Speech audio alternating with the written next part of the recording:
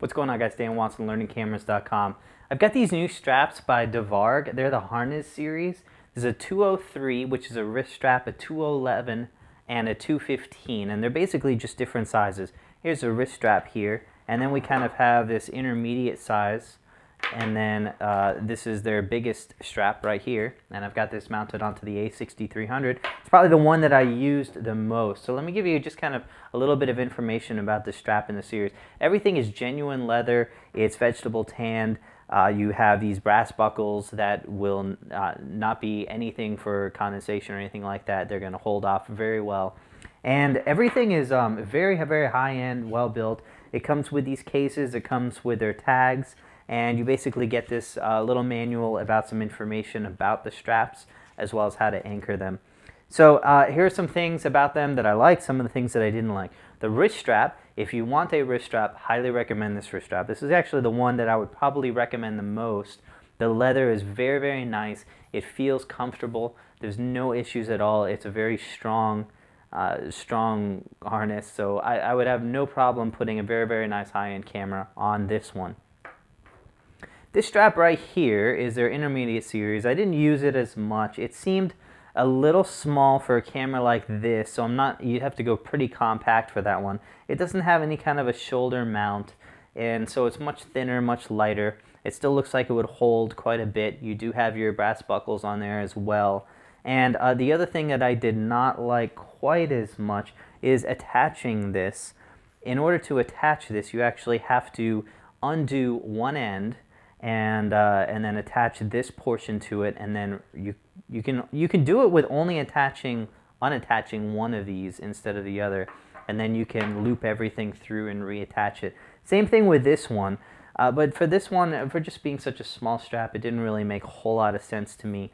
Because it's not as comfortable, it doesn't have any kind of nice shoulder pad or anything like that. It was not my personal favorite, but you might differ. It's definitely high-end and well-made. This is the one that I use quite a bit. It is a little bit heavier. It's a heavy-duty strap. It would hold the camera much more weighty than this, but I did find it a little more comfortable to wear around my shoulder, around my neck, and overall, it's just a much nicer strap. You kind of adjust that on there. And so it hangs the camera. You can put it on your shoulder if you want. It's just a little, not quite enough for me to do much with the shoulder. I kind of like it to hang down a little bit lower. So it works a little bit better as a front strap unless you're a smaller person than me. And then it would work better on your side. So again, the thing that I don't like as much is in order to attach this and unattach it, you actually have to undo this end right here, and then you can unloop this and do it and then reattach it. And so it's just something that I don't like to do, because sometimes I mount these on straps like this, and other times I want to use a 1/4 and put it on a sling strap over my side shoulder. So because I'm putting cameras on and off these straps so often, I would like something that's a little more quick to attach and unattach than that one. That's my number one thing. The other is that this is genuine leather. It comes in a little bit stiff, so you're definitely going to need to work this out. And leather gets softer as time, nicer with time. So it's definitely going to be a little bit better after continual use. I can notice mine getting a little bit better already, and I've had it for about a month or two.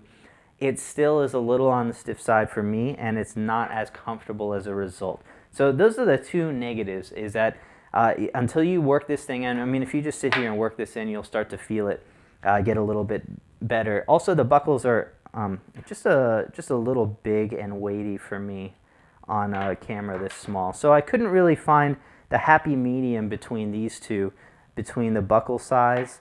I definitely like this attachment point better. I think it would work fine having this kind of attachment with a shoulder portion or a neck portion as thick and nice fitting as this. So that was kind of my thing. I kind of wished for this attachment point with a nicer rest on my my back and my shoulder while carrying cameras like this around. However, I did use this and have no problems with it. Took it around town many times. I've taken it to weddings. I've taken it everywhere, and it works very well. It looks very nice.